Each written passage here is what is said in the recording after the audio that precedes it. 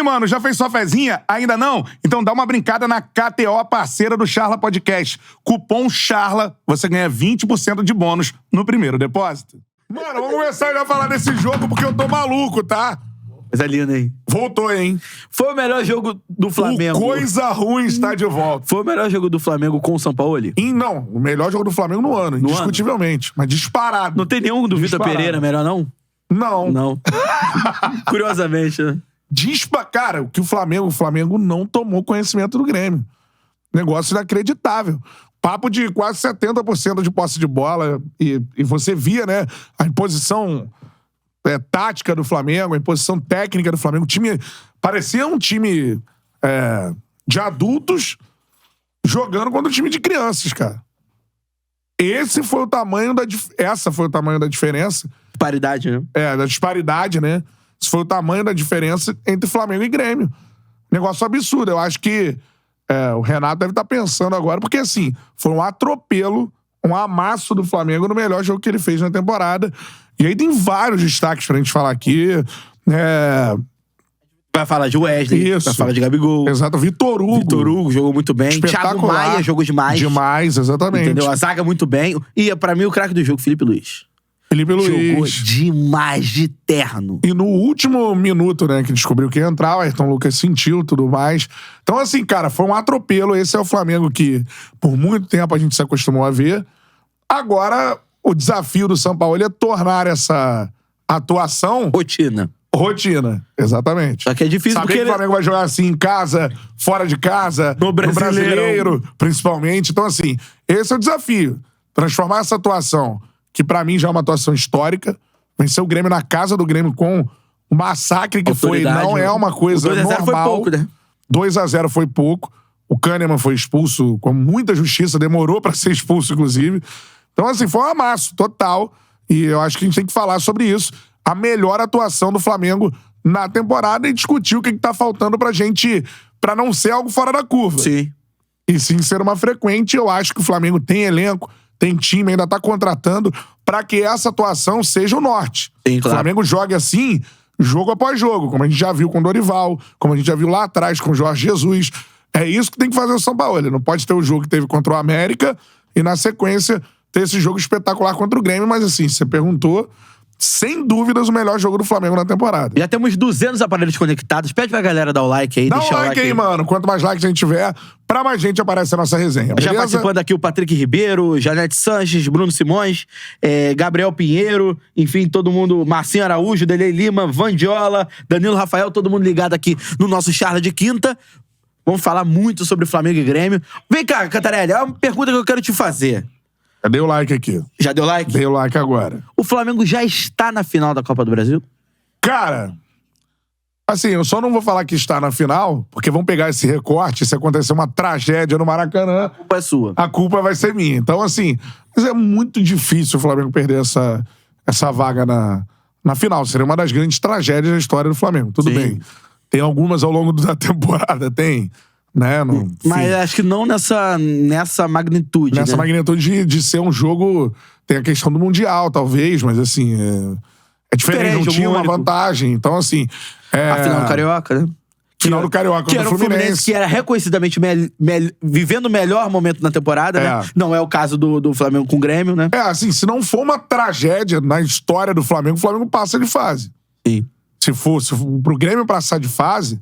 É uma epopeia. O Grêmio tem que fazer um jogo que vai ficar na história do futebol brasileiro. Porque senão não vai conseguir avançar. Então, com esse tamanho dessa vantagem, o Flamengo tá com quase os dois pés na final da Copa do Brasil. Eu queria destacar aqui como o Jorge Sampaoli conseguiu entender o estilo de jogo que o Renato sempre provoca pra jogar em seus times, principalmente jogando em casa.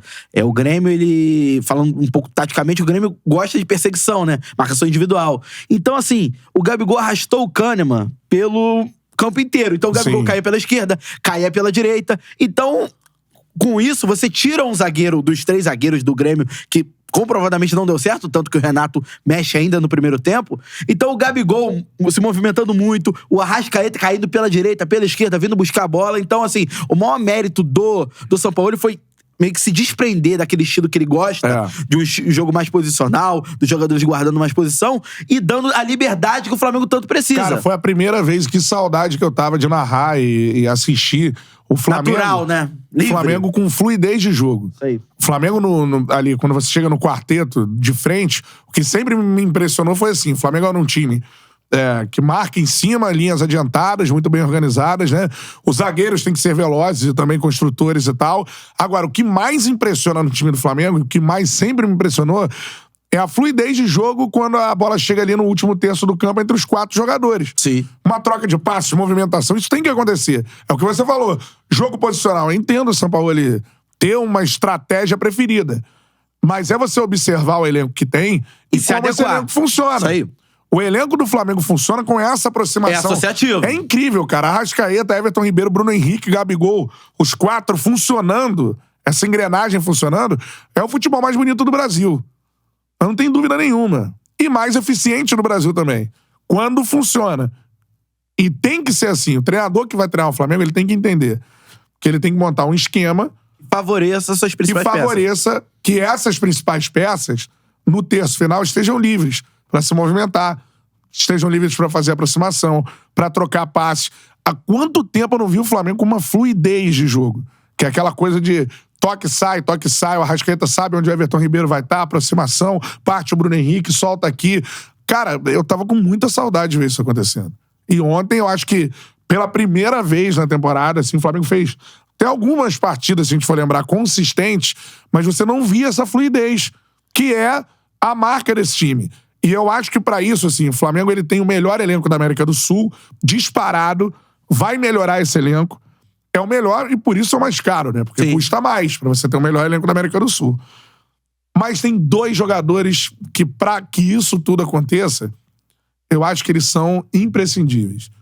Eu tô falando de Arrascaeta e Bruno Henrique.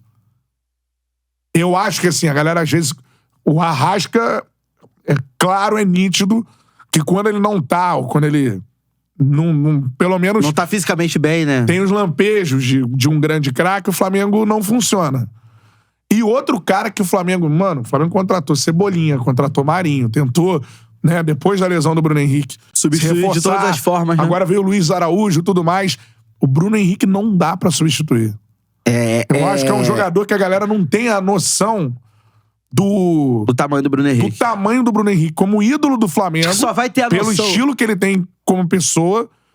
E além de ser um ídolo pro Flamengo, do tamanho que ele é como jogador de futebol. O Bruno Henrique é um jogador único. Completo no futebol brasileiro. Cara que tem um cabeceio, uma impulsão extraordinária. Passe. O passe, pouco se fala, né? Ele não é armador. Inteligência. É um negócio inacreditável. Não há no Brasil um atacante com as características e com a qualidade do Bruno Henrique. Então, assim, eu acho que o Bruno Henrique é tão imprescindível pro Flamengo funcionar como a gente viu o Flamengo funcionando, quanto o Arrascaeta. E eu acho que muita gente não coloca o Bruno acho que muito nível, pelo estilo dele, sabe? Eu vejo o Bruno Henrique nessa questão, não comparando jogador com jogador, mas em termos de estilo pessoal, um pouco do que acontecia com o Rivaldo. Sim.